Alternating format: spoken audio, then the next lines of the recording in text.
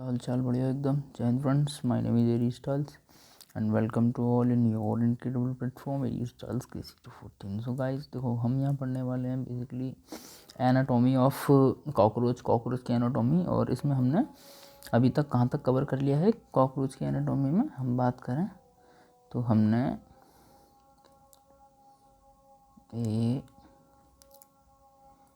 एक second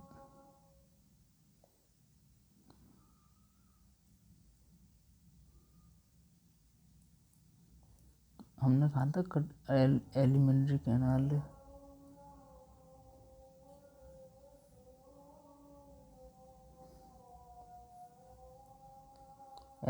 canal तक हमने यहाँ तक पढ़ लिया है। ठीक, अभी अपन क्या पढ़ने वाले हैं इसके ब्लड वेसल्स के बारे में। ठीक, चलो स्टार्ट करते हैं। देखो, अभी अपन ब्लड वेसल्स पढ़ने वाले हैं। अब देखो, ये हमसे क्या कह रहा है कि blood vessel system of the cockroach is an open types. मतलब इन जो कॉकरोच होते हैं इनके अंदर कैसा बॉडी लेवल सिस्टम होता है, ओपन टाइप्स का बॉडी ऑर्गन सिस्टम उनको बोलते हैं जिनके अंदर ब्लड वेसल्स में ना बह करके डायरेक्ट थ्रू फ्लो होता है बॉडी कैविटीज़ में। ओके, और उनके अंदर या तो वो जो वेसल्स होती हैं वो होती नहीं है या फिर बहुत ही पुअरली डेवलप्ड होती हैं। ठीक है, तो ये लिख रहा है the blood vessels are poorly developed and open into space haemocoel. यानी कि इनके जो कहाँ ओपन होता है, स्पेस में, खाली जगह में ओपन होता है ना, उसको अपन हीमोसिल बोलते हैं इनके ब्लड को। एंड ये लिख रहा है vessels organ located in the haemocoel are bathed in blood. ठीक है, यानी कि इनके जो वेसल्स ऑर्गन है वो क्या होते हैं, डायरेक्ट हीमोसिल के अंदर डूबे रहते हैं। ठीक है, हीमोसिल के अंदर देखो, हीमोसिल क्या बोल रहा है, क्योंकि इनका जो ब्लड होता है उसके अंदर हीमोग्लोबिन नहीं होता, खाली मतलब हमारे ब्लड के अंदर ग्लोबिन प्रोटीन्स मिलता है, इसी तरीके से इनके ब्लड के अंदर ग्लोबिन्स नहीं मिलता। सो इनके अंदर जो मिलता है उसे बोलते हैं हीमोलिम्फ, एक लिम्फेटिक सिस्टम टाइप का होता है। ठीक है, so the haemolymph is composed of colourless plasma. लिख रहा है ना, इन जो हीमोलिम्फ किसका बना होता है, कलरलेस प्लाज्मा का, जिसे अपन हीमोसाइट्स कहते हैं। ठीक है, अब ये लिख रहा है heart of the cockroach consist of the elongated muscular tubes like along mid dorsal line thoracic and abdomen. ये कह रहा है इनका जो हार्ट होता है वो कहाँ पर अरेंज रहता है, वो रहता है पहली बात तो इनका जो हार्ट है वो एक मस्कुलर ट्यूब है। क्या है इनका हार्ट, एक मस्कुलर ट्यूब है। ठीक है, तो मस्कुलर ट्यूब होने के साथ साथ अब हमसे पूछ रहा है कि ये कॉकरोचों के किस एरिया में क्या रहता है, अरेंज रहता है, सिचुएटेड रहता है। तो ये रहता है मिड डोर्सल लाइन में। कहाँ रहता है, mid dorsal line of the thoracic and abdomen. Thoracic and abdomen के मिड डोर्सल लाइन में अलाइन करता है क्या इनका हार्ट। ओके, याद रखना इस चीज़ को, है ना। नेक्स्ट है it differentiated into funnel shaped chamber with ostia on other side. यानी कि इनके अंदर क्या होती है, फनल शेप्ड चैम्बर होते हैं और इनके अंदर ऑस्टिया होते हैं दोनों साइडों में, ईदर साइड्स, समझ रहे हो। Blood from sinus enter heart through ostia and is pumped anteriorly to sinus again. इनका मतलब है कि इनका जो ब्लड है वो ऑस्टिया के ही थ्रू तो एंटर करता है और ऑस्टिया के थ्रू बाहर निकलता है, और इस तरीके से इनका जो ब्लड है बेसिकली वो पम्प्ड होता है एंट्रियोली टू सीनियस अगेन। ठीक है, नेक्स्ट अपन पढ़ते हैं एंड कहाँ ब्लड पंप होता है इनका, एंट्रियोली टू सीनियस के। ठीक है, नेक्स्ट अपने को क्या दे रखा है, मैं अपने आप को और छोटा कर दूँ थोड़ा अभी। ठीक है, नेक्स्ट अपने को क्या दे रखा है, the respiratory system of the consist of network of trachea. अभी इनके रेस्पिरेटरी सिस्टम की बात कर रहा है। ठीक है, यानी ये अपन ने अब तक यहाँ तक क्या कर लिया, हार्ट पढ़ लिया। तो हार्ट में अपन ने क्या क्या चीज़ें पढ़ी मेन, अगर हम आपको समझाएं भाई, मेन हमने क्या पढ़ा था हार्ट में अभी तक। हार्ट में हमने क्या पढ़ा कि इनका जो हार्ट है इनका जो हार्ट है इसमें अपने क्या पढ़ा, मेन तो पढ़ा कि इन पहली चीज़ तो इनके जो ब्लड सर्कुलेशन सिस्टम है वो कैसा होता है, ओपन टाइप्स का। कैसा होता है भाई, ओपन टाइप का। ठीक है। और एक चीज़ हमने क्या पढ़ी कि इनके अंदर ओस्टिया होते हैं। ओस्टिया बेसिकली वो जगह है जहाँ से ब्लड एंटर करता है और बाहर आता है। तीसरा, इनका हार्ट कहाँ सिचुएटेड होता है, वो होता है मिड डोर्सल, समझ रहे हो ना, मिड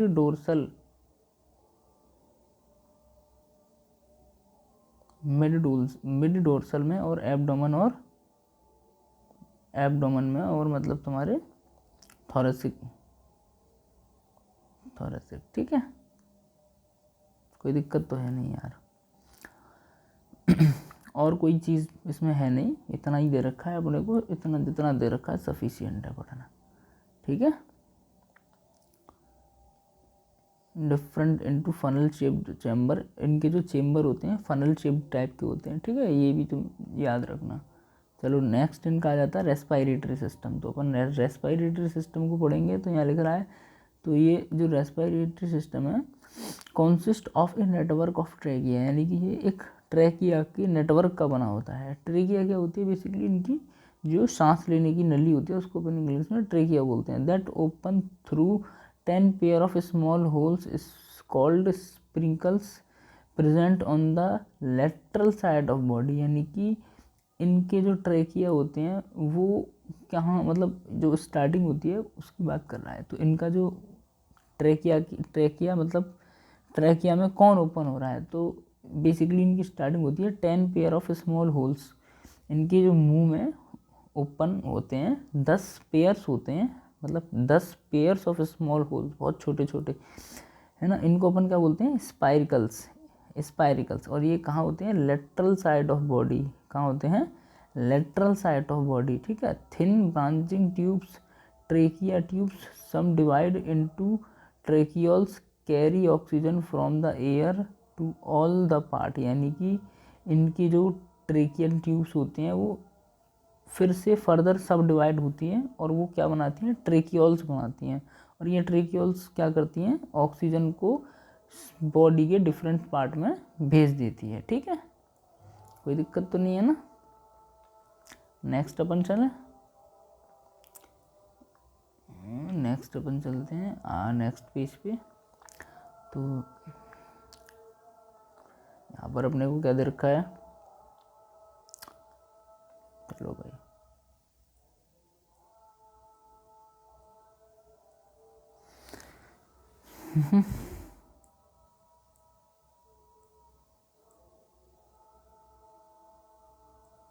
सॉरी यार। सो अपने को यहाँ क्या दे रखा है, opening of the spiracles in regulate by the sphincters, यानी कि इनकी जो स्पाइरिकल्स होते हैं, जो पोर होते हैं 10 पेयर, वो किसके थ्रू रेगुलेट किए जाते हैं, उनको बंद और ऑन करने का काम किसका होता है, स्प्रिंक्टर्स का होता है। ठीक है। एक्सचेंज ऑफ गैसेस, मतलब जब भी सांस लेते हैं तो वो स्प्रिंक्टर्स खुल जाते हैं, और ये जब सांस लेना बंद कर देते हैं तो वो स्प्रिंक्टर्स क्लोज हो जाते हैं, और एक्सचेंज होता है उनसे गैसों का, take the place of the tracheoles by diffusion. अब फिर उसके बाद में जो ट्रेकियोल्स तक ऑक्सीजन पहुंच जाती है, उसके बाद में डिफ्यूजन के थ्रू ऑक्सीजन ब्लड में फ्लो करती है। ठीक है। अब ये लिख रहा है excretion is performed by the Malpighian tubules. अब हमने यहाँ तक क्या पढ़ लिया इनका रेस्पिरेटरी सिस्टम। अब अपन क्या पढ़ने वाले हैं, अब अपन पढ़ने वाले हैं इनका एक्सट्रेशंस। क्या पढ़ने वाले हैं, एक्सल्टेशंस। सॉरी यार, एक्सल्टेशंस का मतलब क्या होता है, हाँ भाई, एक्सल्टेशंस का मतलब क्या होता है, एक्सल्टेशंस का मतलब वो बॉडी पार्ट, बॉडी के ऐसे मटेरियल जिनकी हमारी बॉडी यूज़ में नहीं लेती, वेस्ट के तौर पे उनको बॉडी बाहर निकालना चाहती है, ऐसे प्रोडक्ट्स को अपन क्या बोलते हैं, एक्सल्टेशंस। ओके। सो इनके एक्सल्टेशंस में कौन कौन काम करता है, मेलपिगियन ट्यूब्यूल्स काम करती है। जैसे लाइक हमारी बॉडी में मूत्र है और हम अपनी बॉडी से मूत्र और मल का त्याग करते हैं, इसी तरीके से इनके भी अंदर बहुत सारे ऐसे नाइट्रोजन वेस्ट बनते हैं, इनको इनकी बॉडी बाहर निकालती है। ठीक है। तो वो किसके थ्रू निकालती है, मेलपिगियन ट्यूब्यूल्स के through. Each tubules is lined by the glandular and ciliated cells. इनकी जो ये ट्यूब है मेलपिगियन ट्यूब कैसी होती है, ये ग्लैंडुलर होती है और सीलिएटेड होती है। They absorbed nitrogen waste product की क्या करती है, नाइट्रोजनी वेस्ट प्रोडक्ट को एब्जॉर्ब कर दिए and convert them into uric acid which is excreted out of the through hindgut. Therefore यानी कि ये जो मेलपिगियन ट्यूब्यूल्स है क्या कर रही है, ये बॉडी के अंदर से जो नाइट्रोजन वेस्ट है, बेसिकली मेलपिगियन ट्यूब्स के पास में सीलिएटेड है खुद के, समझो इस चीज़ को, उनके पास क्या है खुद के सीलिएटेड है। मैं थोड़ा बड़ा बोलूँ शायद तुमसे अच्छे से कनेक्ट हो पाऊँ। सो इनके पास क्या है भाई, इनके पास सीलिएटेड है। अब वो जो सीलिएटेड है वो क्या कर रही है, नाइट्रोजन वेस्ट को अब्जॉर्ब कर रही है अपने अंदर। अब्जॉर्ब करने के बाद में वो क्या कर रही है, उन नाइट्रोजन वेस्ट को out of the body through the hindgut. यानी कि ये जो हिंडगट होती है, हमने स्टार्टिंग में क्या पढ़ा था, इनका जो एलिमेंट्री कैनाल है वो 3 रीजन में डिवाइड हो रहा था। किस किस में, फोरगट, मिडगट और हिंडगट। जो सबसे लास्ट वाला गट है एलिमेंट्री कैनाल का, हिंडगट, वहाँ पर क्या कर देती है वो इसको रिलीज कर देती है। अब वहाँ से क्या होता है, therefore the insect is called ureotelic. पहली बात तो ये नाइट्रोजन वेस्ट को किस में, यूरिया में कन्वर्ट करती है, सॉरी यूरिक एसिड में, क्योंकि इनके पास पानी की कमी होती है और जिन भी एनिमल्स के पास पानी की कमी होती है वो अमोनिया को यूरिक एसिड में कन्वर्ट करते हैं, और जिनके पास थोड़ी ज़्यादा पानी की मात्रा होती है वो अमोनिया को अमोनियम आयन के रूप में त्याग कर देते हैं। और जिन पर पानी की इतनी कमी भी नहीं है और इतना ज़्यादा भी नहीं है, लाइक हम मैमल्स हैं, हमारे पास इतनी कमी भी नहीं होती है पानी की, ना ये भरमार होती है, तो हम क्या करते हैं अमोनिया को यूरिया में कन्वर्ट कर देते हैं। ठीक है, ये तो तुम्हें पता ही होगा। तो नेक्स्ट अपन क्या पढ़ते हैं, तो जो इंसेक्ट होते हैं वो क्या होते हैं, यूरिकोटैलिक, क्योंकि ये क्या करते हैं अपने नाइट्रोजन वेस्ट को यूरिक एसिड के फॉर्म में बाहर निकालते हैं। अब ये क्या होता है, इन द एब्डोमेन, है ना, uricotelic is called uricotelic in the addition लिख रहा है, सॉरी यार, in the addition the fat body nephrocyte and their glands and help in excretion. यानी कि एडिशनल क्या मतलब, एडिशनल तौर पर कुछ चीज़ें और होती हैं इनके पास में जो कि नाइट्रोजनिक वेस्ट या अदर वेस्ट को बॉडी से बाहर रिलीज़ करने का काम करती हैं। उनका क्या क्या नाम है, इनका नाम है fat body, nephrocyte and यूरिकोस gland. ये 3 चीज़ें क्वेश्चन बहुत बनते हैं यहाँ से, अच्छे से याद कर लेना क्या क्या है। एक तो यूरिकोस ग्लैंड हो गया, और क्या हो गया, एक तुम्हारा बॉडी फैट बॉडी हो गया, एक तुम्हारा नेफ्रोसाइट हो गया। तो ये 3 चीज़ें और ऐसी आती हैं इनके पास में जो कि तुम्हारे नाइट्रोजनिक वेस्ट को बाहर रिलीज़ करने का काम आती हैं, एक्सक्रीशंस में काम देती हैं तुम्हें। तो अभी इनका क्या पढ़ लिया, हार्ट पढ़ लिया, रेस्पिरेटरी सिस्टम पढ़ लिया, और क्या पढ़ लिया हमने इनका, respiratory system, circulation system, alimentary canal, ये 2-3 चीज़ें अपन ने पढ़ ली। नेक्स्ट अपने को क्या दे रखा है, इनका नर्वस टिश्यू, क्या दे रखा है, इनका न्यूरॉन्स के बारे में बता रखा है। क्या, किसके बारे में, न्यूरॉन्स के बारे में। ओके, न्यूरॉन के बारे में बता रखा है। चलो आ जाओ पढ़ते हैं, देर किस बात की।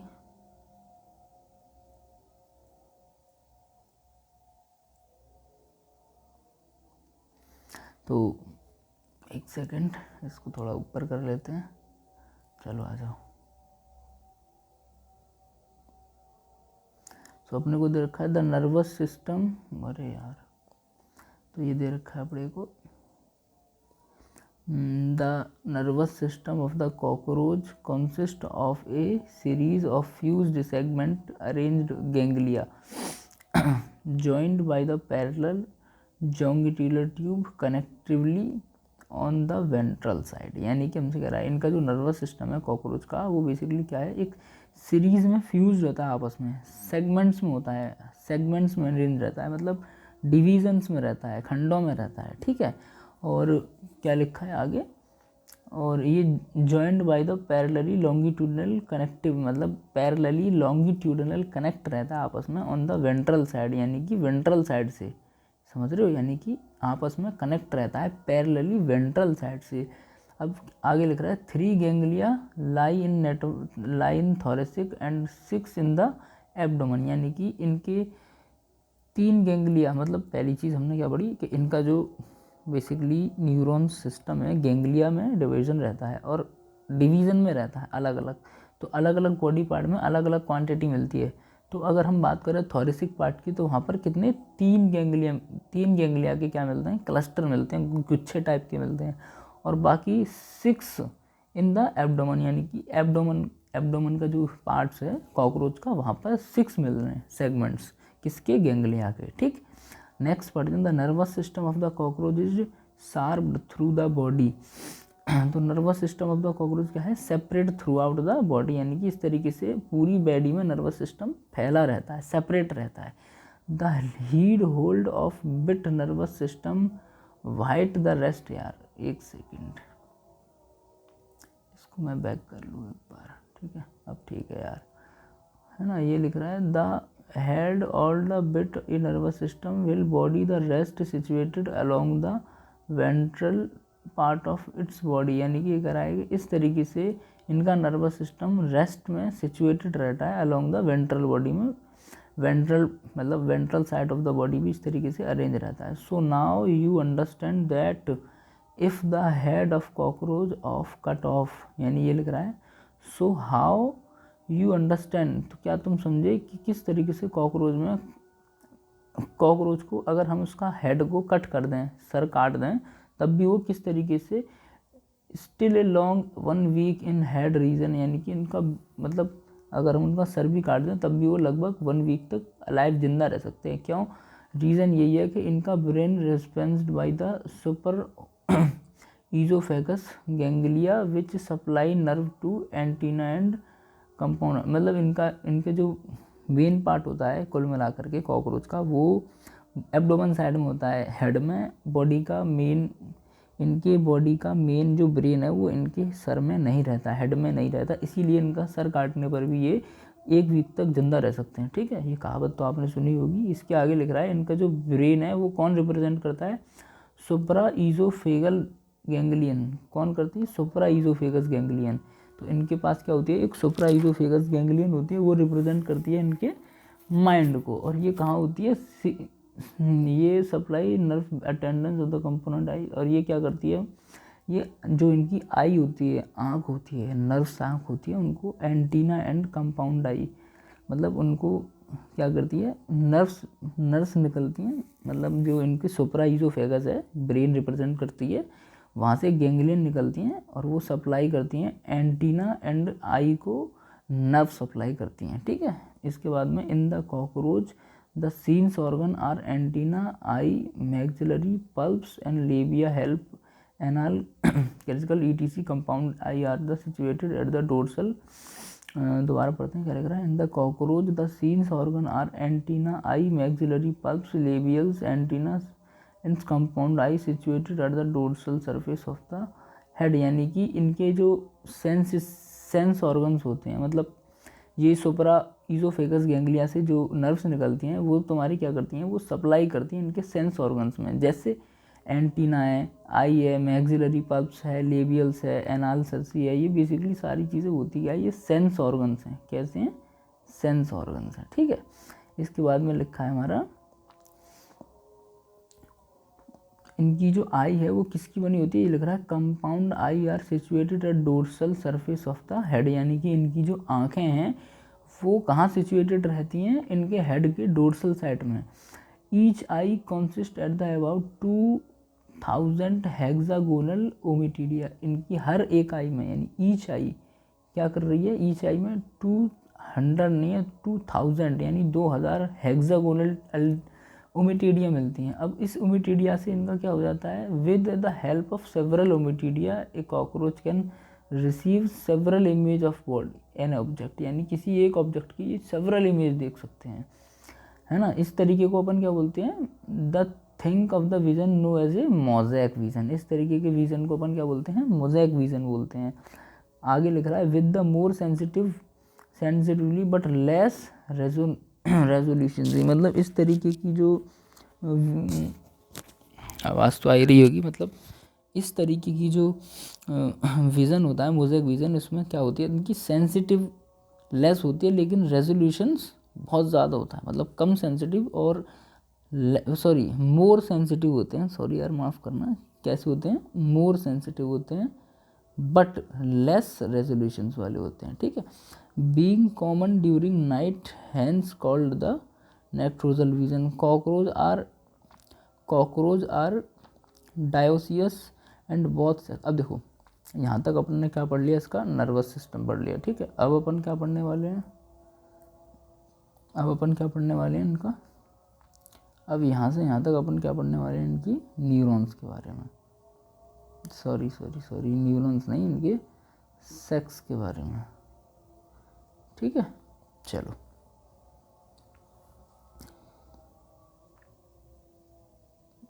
भाई स्टार्ट करते हैं। तो लिख रहा है cockroach are dioecious and the both sex and have well developed reproductive organ and figure 7.18। कुल मिलाकर के ये कह रहा है कि जो कॉकरोच होते हैं वो बोथ सेक्स होते हैं, मेल फीमेल, और वो अलग अलग सेपरेट रहते हैं। मतलब ऐसा नहीं है कि मेल फीमेल एक ही में मिल रहे हैं। मेल्स अलग बॉडी पार्ट्स में रहता है और फीमेल्स अलग बॉडी पार्ट्स में, जैसे हम ह्यूमंस में रहता है, ठीक है। और male reproductive system consist of a pair testis one lying on each lateral side. यानी कि मेल का जो रिप्रोडक्टिव सिस्टम है उसमें क्या रहता है, एक पेयर टेस्टिस होते हैं, है ना, one lying on each lateral side of body 4 to 6। यानी कि ये बॉडी के लेटरल साइड में कहाँ मिलते हैं, 4-6 एब्डोमेन सेगमेंट्स में, यानी कि 4 से 6 एब्डोमेन सेगमेंट्स में, ठीक है। इनकी बॉडी के अंदर बहुत सारे सेगमेंट्स होते हैं, तुमने देखा होगा। और वो कितने सेगमेंट्स होते हैं, लगभग 10th ऑफ सेगमेंट्स होते हैं। जब हमने अगर आपने पुराने लेक्चर लिए हैं और NCERT के, मैंने उसमें बताया है कि किस तरीके से इनके अंदर बहुत सारे सेगमेंट्स होते हैं, 10।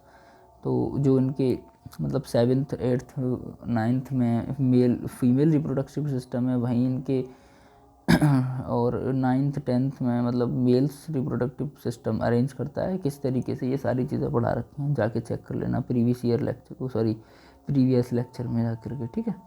तो अपन आगे चलते हैं टॉपिक पे। तो 4th से 6 एब्डोमेन सेगमेंट्स में क्या होता है, इनका पेयर्स होता है टेस्टिस का, और लेटरल साइड में होता है, okay. From each testis arise a thin वेस डिफरेंस। यानी कि जो इनका जो टेस्टिस है वहाँ से एक बहुत ही पतली ट्यूब्यूल्स निकलती है जिसका नाम है वासा डिफरेंस। तो from each testis arise a thin vasa deferens which open into ejaculatory duct through the seminal vessels. यानी कि इनकी, और ये कहाँ मतलब जो ओपन होती है कहाँ पर, एजुकुलेटरी डक्ट में है, एजुकुलेटरी डक्ट में। और किसके थ्रू होती है ये, सेमिनल वेसल्स के थ्रू। यानी हम इसको बोल सकते हैं कि जो इनकी वासा डिफरेंस है वो वासा डिफरेंस सेमिनल वेसल्स के थ्रू एजुकेटरी डक्ट में क्या होती है, ओपन होती है, ठीक है। नेक्स्ट अपन क्या पढ़ते हैं, the ejaculatory duct open in the male gonopore situated whole to anus. यानी कि जो इनकी एजुकेटरी डक्ट है वो कहाँ ओपन हो रही है, वो मेल गोनोपोर में। अब ये गोनोपोर क्या होता है, बेसिकली वो पोर होता है जो मतलब किसी जो इसका जो बॉडी से फीमेल्स में ट्रांजेक्ट करने का जो पोर होता है उसको अपन गोनोपोर बोलते हैं। सिचुएटेड इन वेंट्रल और एनस, यानी कि ये कहाँ होता है, वेंट्रल टू एनस में सिचुएटेड रहता है। एक characteristic mushroom shaped gland present in the 6th to 7th abdomen segment which function accessory reproductive gland.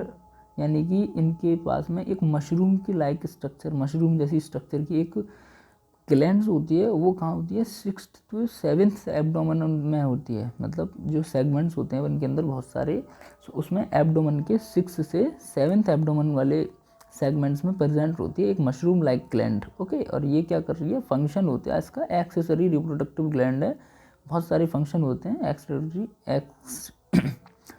Sorry यार क्या लिख रहा है, external genitalia other represent of the male, ठीक है। नेक्स्ट अपन पढ़ते हैं, external genitalia are represented by male gonapophysis और फेलोमेयर और chitinous system structure surrounding of the male gonopore. यानी कि इनकी जो मेल गोनोपोर होती है, एक्सटर्नल का मतलब होता है बाह्य मतलब बाहर की ओर का निकला हुआ मेल रिप्रोडक्टिव सिस्टम। जैसे हमारा मेल्स में निकला रहता है लिंक्स, इसी तरीके से इनमें निकला रहता है। उसको अपन क्या बोलते हैं, मेल गोनोपोफिसिस या फिर हम उसको बोलते हैं फेलोमोर।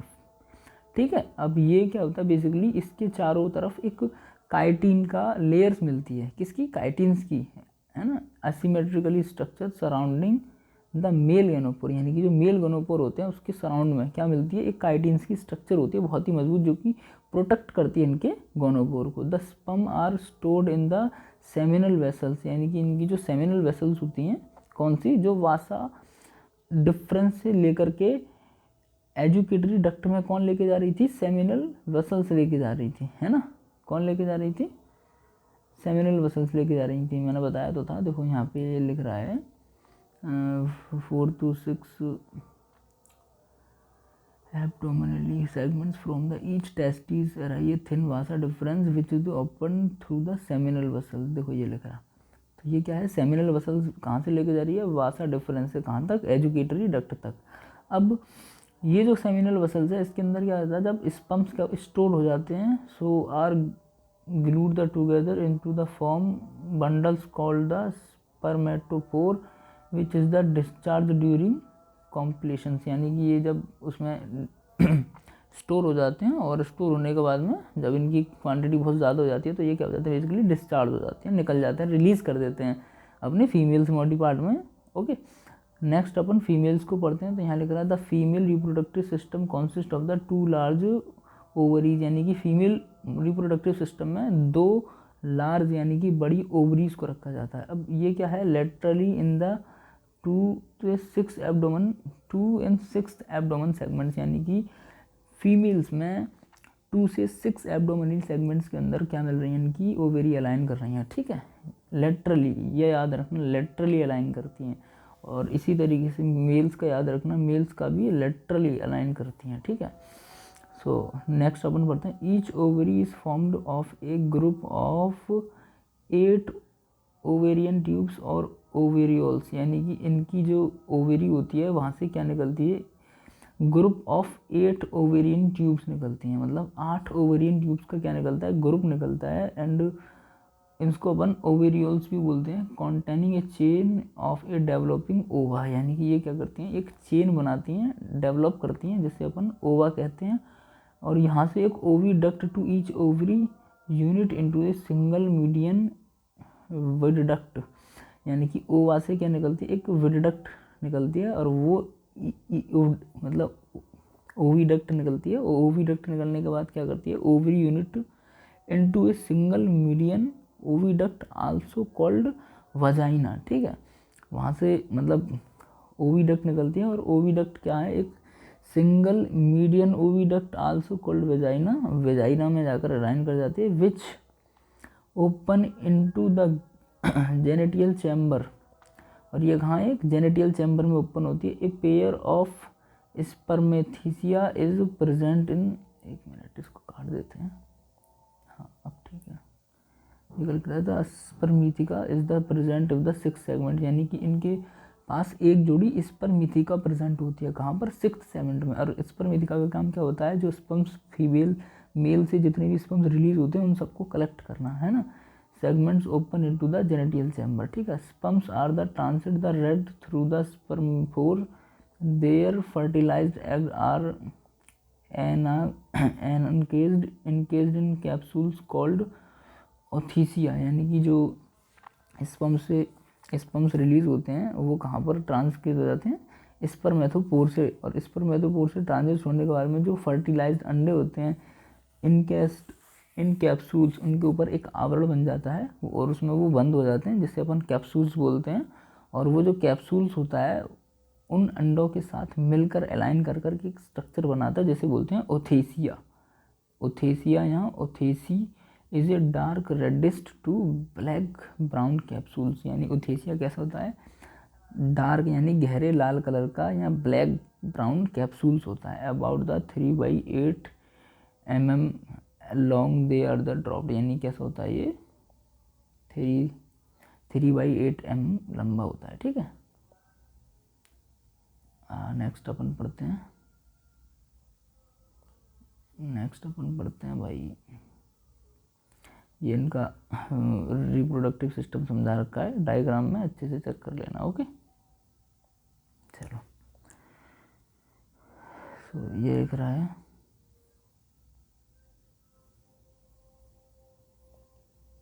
थोड़ा और जूम कर लेते हैं भाई। ये लिख रहा है the glued are the suitable surface usually a crack service high relative humidity near a food source on an average female product 9 to 10 ऑन्स्टिया each the containing 4 to 6 egg. यानी कि ये कह रहा है गिल द सूटेबल सरफेस, मतलब ये एक सूटेबल सरफेस देखकर वहाँ पर हाई रिलेटिव ह्यूमिडिटी हो, ऐसी जगह और फूड हो खाने का, ये सारी चीज़ें देखकर फीमेल्स क्या कर देती है, अपने एग्स को रिलीज़ कर देती है वहाँ पर, ठीक है।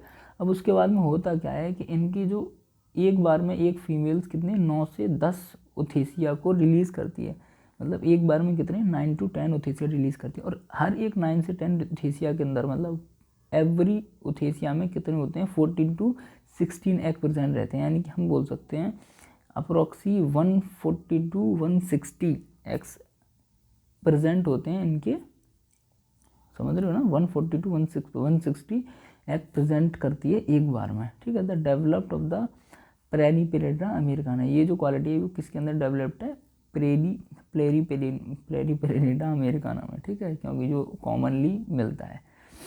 The paurometabolous meaning there is the developed through the nymphal stage, इनके अंदर एक तीसरी एक स्टेज डेवलप होती है बेसिकली, उसका नाम होता है निम्फल्स स्टेज होती है। The NIMS look very much like adult, फिर बाद में जो निम्स होता है वो क्या होता है, मतलब अपने एडल्ट के जैसा ही दिखता है बेसिकली, बाद में नहीं, मतलब जो निम्स दिखता ही अपने एडल्ट के जैसा है। The NIMS grow by the multiplying about 13 times, इनका जो निम्स होता है वो 13 बार क्या करता है, डिवीज़न करता है खुद को, मतलब एक के बाद एक के बाद एक के बाद एक स्टेज आती है, इसी तरीके से 13 स्टेज बनते हैं इनके, मतलब रीच द एडल्ट, मतलब इसको लिम्फ से एडल्ट बनने के लिए 13 स्टेज से होकर के गुजरना पड़ता है। The next of the last lymph stage wind paints, यानी कि लास्ट लिम्फ से पहले वाली स्टेज, ये लग रहा है द नेक्स्ट टू लास्ट से पहले वाली स्टेज में विंग पैड निकलते हैं, ये याद रखना, यहाँ से क्वेश्चन आ जाएगा। Out only adult cockroach have wings, ठीक है, out adult cockroach have wings, और फिर वो मतलब विंग पैड आ जाते हैं, और जब एक एडल्ट कॉकरोच बन जाता है बेसिकली तो उसके अंदर वो विंग पैड्स क्या हो जाते हैं, आउट निकल जाते हैं, यानी बाहर निकल जाते हैं, ठीक है। कोई दिक्कत तो है नहीं यार, छोटी मोटी चीज़ें हैं। नेक्स्ट अपने को क्या दे रखा है, नेक्स्ट दे रखा है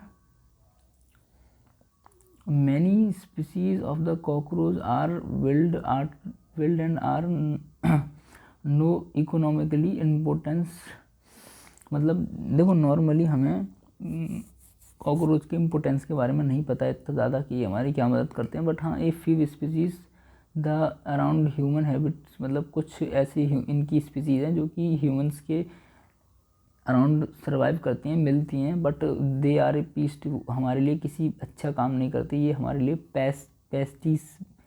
पीट्स का काम करती हैं, मतलब पीट्स का मतलब हमारे लिए बीमारियां फैलाना, उल्टा सीधा स्पॉइल फूड्स, कॉन्टामिनेंट्स फूड को करना, then stimulate excited then the transmit the वेरियली bacterial disease by the containing food material, मतलब ये हमारे लिए कुछ अच्छा काम नहीं कर रही हैं, सब गंदा काम कर रही हैं, समझ गए, गंदा काम कर रही हैं, फूड खाना पीना ये सारी चीज़ें गंदी वंदी करने का काम है इनका, और कुछ नहीं।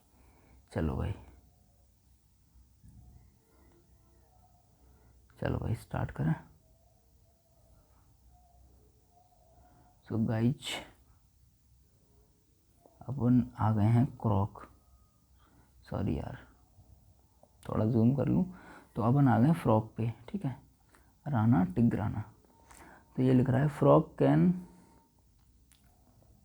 फ्रॉक, अरे यार चल क्यों नहीं रहा ये रखा, frog can live both on land and fresh water, यानी कि फ्रॉग जो होते हैं वो तुम्हारी दोनों जगह रह सकते हैं, कहाँ पर, लैंड एंड फ्रॉश वाटर में, ठीक है। फ्रेश वाटर याद रखना, अगर यहाँ फ्रेश वाटर ना लेकर अगर सॉल्ट वाटर लिखा हो तो आंसर टिक मत करके आ जाना नीट में, वरना गलत हो जाएगा भाई, समझ रहे हो कैसा होता है इनका, फ्रेश वाटर होता है, ठीक।